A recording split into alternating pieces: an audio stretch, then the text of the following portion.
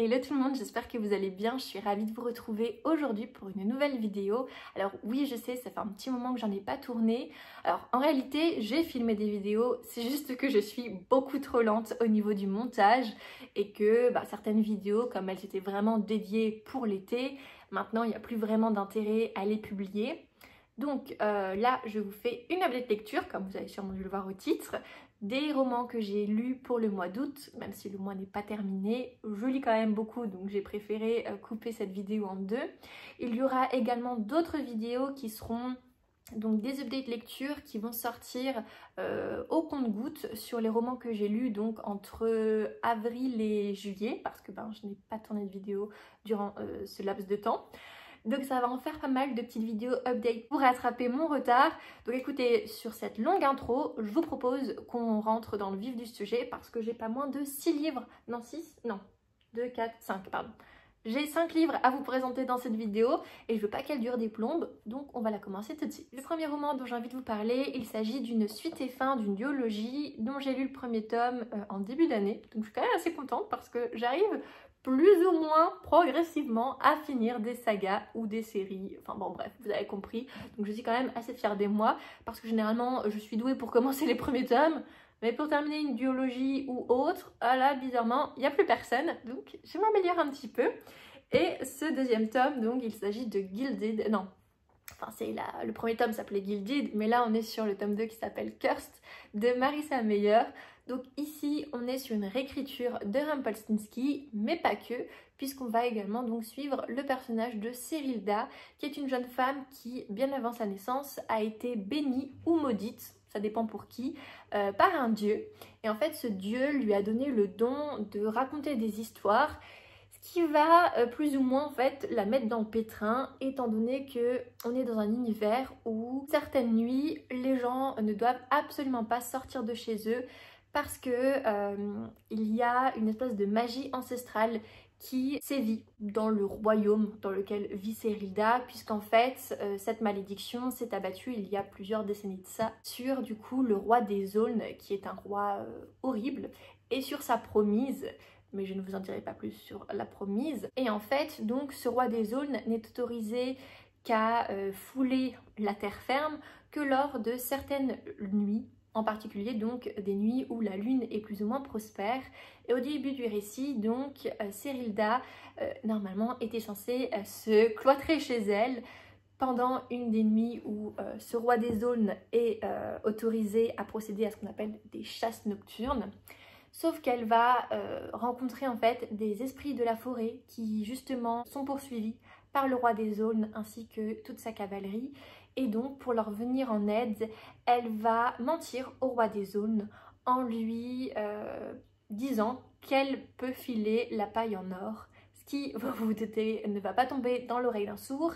Et c'est ça un petit peu qui va causer la perte de notre héroïne. Et on va donc suivre toutes ces histoires parce que clairement, elle n'est pas au bout de ses peines avec le fameux roi des aulnes. Je vous l'avais dit, c'était un premier tome que j'avais aimé mais sans plus. Disons que j'avais été peut-être habituée à un petit peu mieux par Marissa Meyer, ou en tout cas, bon, là il y avait un truc qui m'avait pas forcément plu par rapport aux autres séries que j'avais pu lire de l'auteur.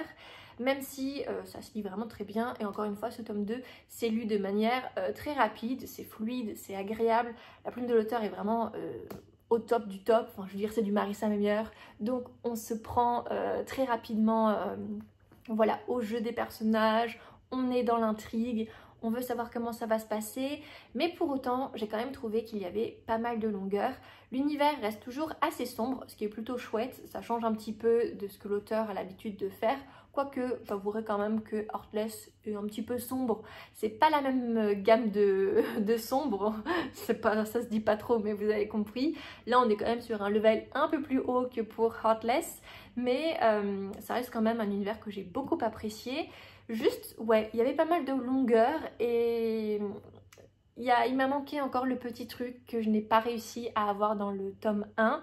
J'avouerai que ça fait déjà un petit moment que je l'ai lu, donc je me rends compte qu'il y a pas mal de choses déjà dont j'ai oublié de ce tome 2. Mais voilà, ça concluait bien en tout cas cette duologie. Juste, j'ai trouvé voilà que Enfin, il y avait certaines choses qui n'étaient pas forcément raccord, mais bon, c'est pas grave. C'était vraiment pour, je pense, faciliter l'intrigue. Mais je suis un peu restée sur ma faim concernant cette duologie, donc c'est pas forcément un roman que je vous conseillerais. J'ai ensuite lu une petite romance et là j'ai voulu tester donc une autrice dont on entend quand même beaucoup parler. Bah, d'ailleurs en fait il y a deux autrices que j'ai lues là récemment qui sont des auteurs donc de romances. Donc là j'ai découvert Ali Hazelwood avec donc le roman Checkmate. Je savais pas trop par lequel commencer, enfin si, je sais que y a un de ces romans qui s'appelle, bah ça me reviendra pas, de Love and Hypothesis ou un truc comme ça, qui d'ailleurs va être adapté en film avec Lily Reinhardt, qui est une actrice que j'aime beaucoup, donc je vais me pencher sur ce roman plus tard. Mais là, j'ai pris ce que j'ai trouvé à la bibliothèque, donc il y avait celui-ci, et je me suis dit, pourquoi pas.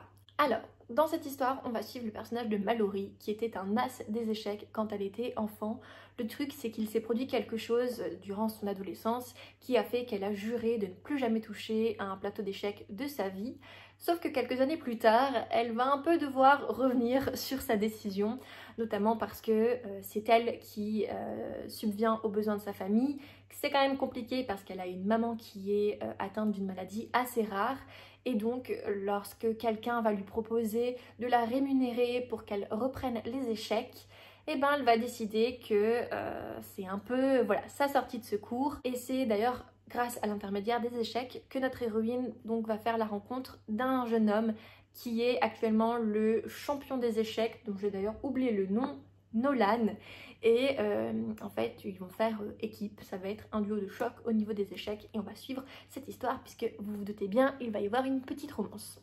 Alors c'est un roman que j'ai dans l'ensemble beaucoup aimé, j'ai eu un petit peu de mal au début à rentrer dans l'histoire parce que j'avouerai que j'y connais absolument rien au niveau des échecs. Je suis toujours aussi larguée d'ailleurs même après avoir lu ce bouquin, j'en ai pas plus appris mais c'est pas grave. C'est une petite romance que j'ai dans l'ensemble beaucoup aimée, ça se lit très bien, c'est fluide, les personnages sont assez attachants. Je trouve que d'ailleurs le personnage masculin, donc Nolan, était vraiment un green flag. C'était un personnage hyper attachant, hyper courtois, super à l'écoute, enfin vraiment juste une petite pépite et j'ai trouvé que le duo qu'il formait avec Mallory était vraiment mignon à souhait. Donc vraiment, si vous n'avez pas encore découvert Ali Hazelwood, je vous conseille ce roman. Il est un petit peu des fois jeunesse, mais j'ai trouvé que c'était super cool. Et mention spéciale à la petite sœur de Mallory, qui est juste mon personnage préféré de ce tome. Elle était à mourir de rire, avec une bonne répartie. Enfin vraiment, juste la petite fille dont j'ai oublié le nom là, la petite sœur, je sais plus comment elle s'appelle. Je l'ai adorée et j'ai passé vraiment un très bon moment en lisant cette série, enfin en lisant plutôt ce bouquin parce que c'est pas une série. Je lirai avec plaisir d'autres romans de cet auteur dont notamment The Love Hypothesis puisqu'il va être adapté et que voilà. Comme j'ai envie de voir l'adaptation, autant que je lise le bouquin avant. J'ai ensuite lu le livre dont on ne fait que parler. Il est apparemment indétrônable. C'est le livre, je pense, le plus lu déjà l'année dernière et se trouve même cette année. Est-ce que vous avez deviné de quel livre on va parler? Si c'est le cas, bravo, on va parler de La femme de ménage de Freida McFadden. Alors, à la base, c'était pas forcément un livre que j'avais envie de lire parce que, vu que tout le monde en parlait, ça me donnait de moins en moins envie de le lire parce que forcément, plus on en sort un bouquin, plus on a certaines attentes et plus finalement on est déçu. Mais là, pendant les vacances, en fait, ma mère l'avait acheté bien avant, elle l'avait lu, elle m'avait dit « Lis-le s'il te plaît, comme ça on en parle !» Donc, quand on était en vacances ensemble, eh bien, je l'ai lu.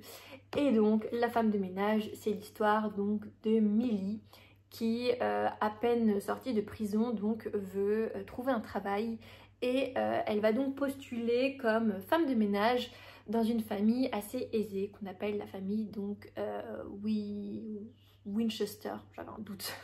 Bref. Contre toute attente, elle va réussir à obtenir ce poste, sauf qu'elle va très vite se rendre compte que la famille Winchester, sous les apparences toutes lisses de couple et de famille vraiment parfaites, bah il y a quand même un petit couac et elle va la prendre un petit peu à ses dépens et on va donc suivre cette histoire, grosso modo. Alors, j'avouerai que c'est quand même un bouquin que j'ai lu très rapidement. Il y a quand même ce petit truc addictif où on a toujours envie en fait de tourner les pages, même si j'avouerai que j'avais assez deviné comment ça allait se terminer.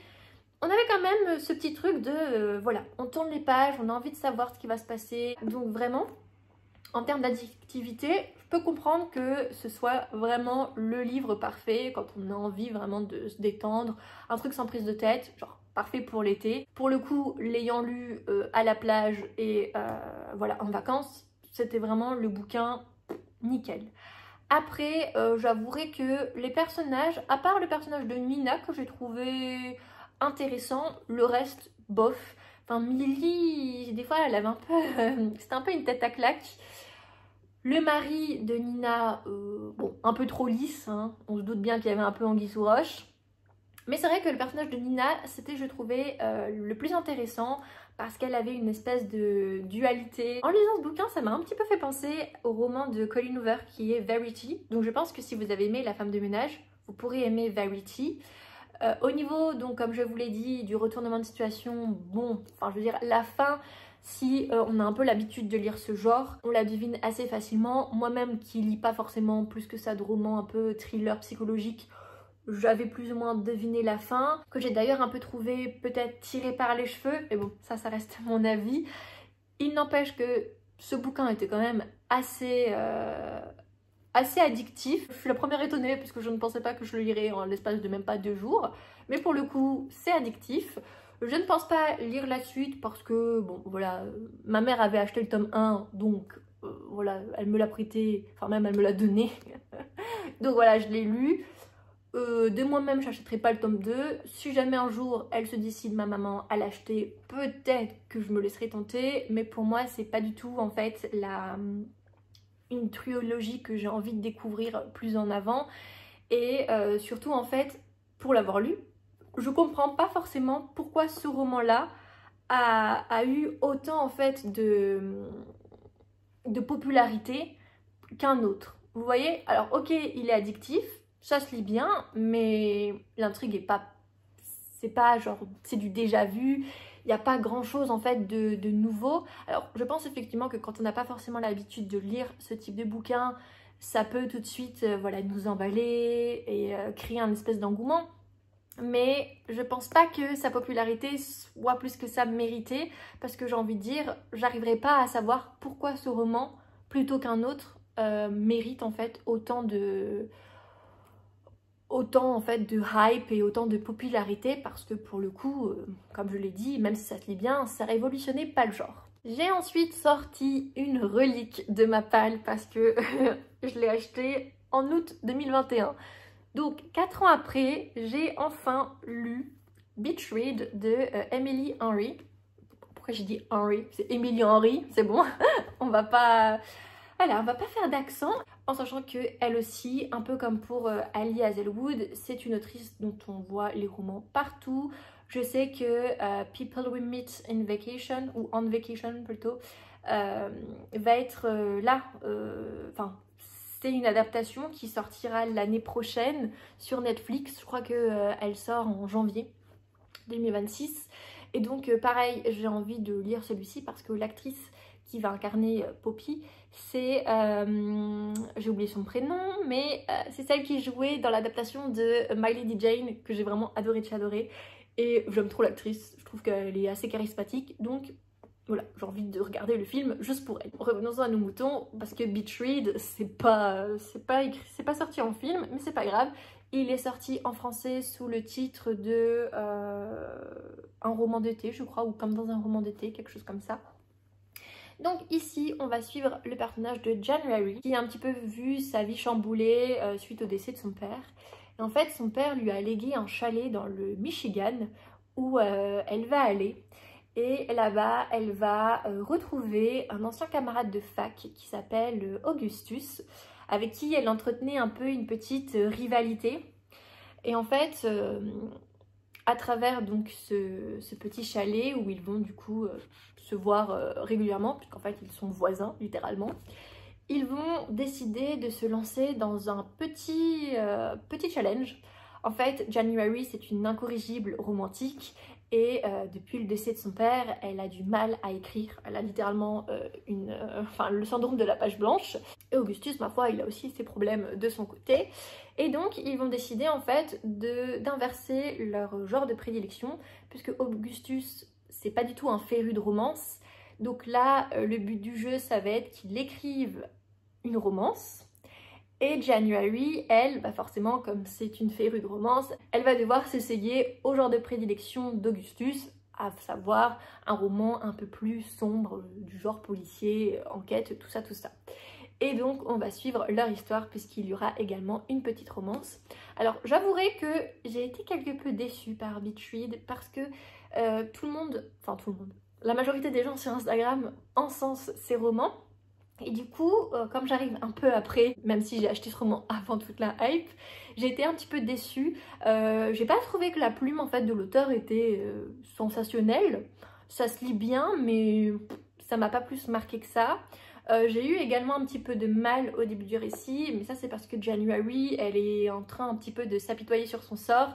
Bon, vous me direz logique parce qu'elle a été un petit peu chamboulée par la mort de son père et elle va apprendre aussi d'autres choses qui ont de quoi vous retourner un petit peu l'estomac. Donc effectivement on peut comprendre ses réactions au début, mais je sais pas, j'ai vraiment eu un peu de mal à m'attacher à elle.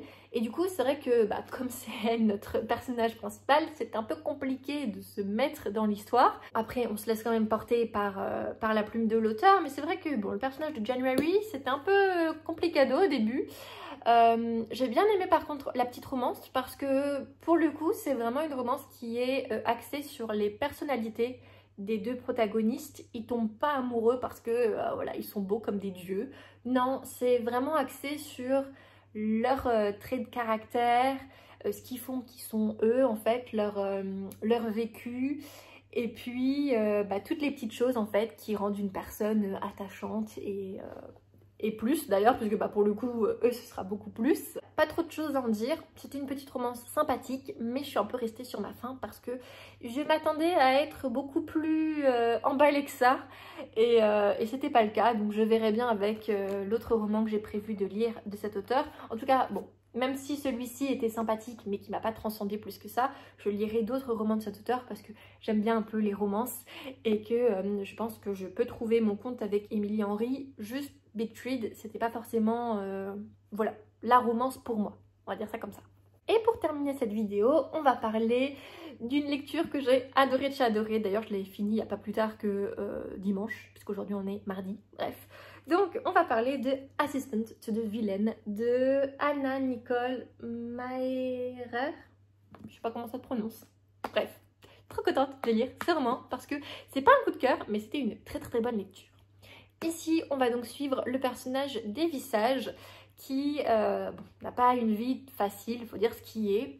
Et un beau jour, manque de peau pour elle, puisqu'elle est du genre maladroite, sa maladresse va la conduire dans les bras, ou plutôt dans les pattes, d'un vilain, puisqu'on est dans un univers où les habitants du village où vit Evie craignent ce qu'on appelle le vilain, qui est donc un magicien horrible. Et du coup, quand notre héroïne va se retrouver nez à nez avec le fameux vilain, elle ne pense pas en fait que cette rencontre va se solder par une offre d'emploi, puisque Evie, elle est dans le besoin de trouver un emploi et le vilain va donc tout simplement lui proposer de devenir son assistante.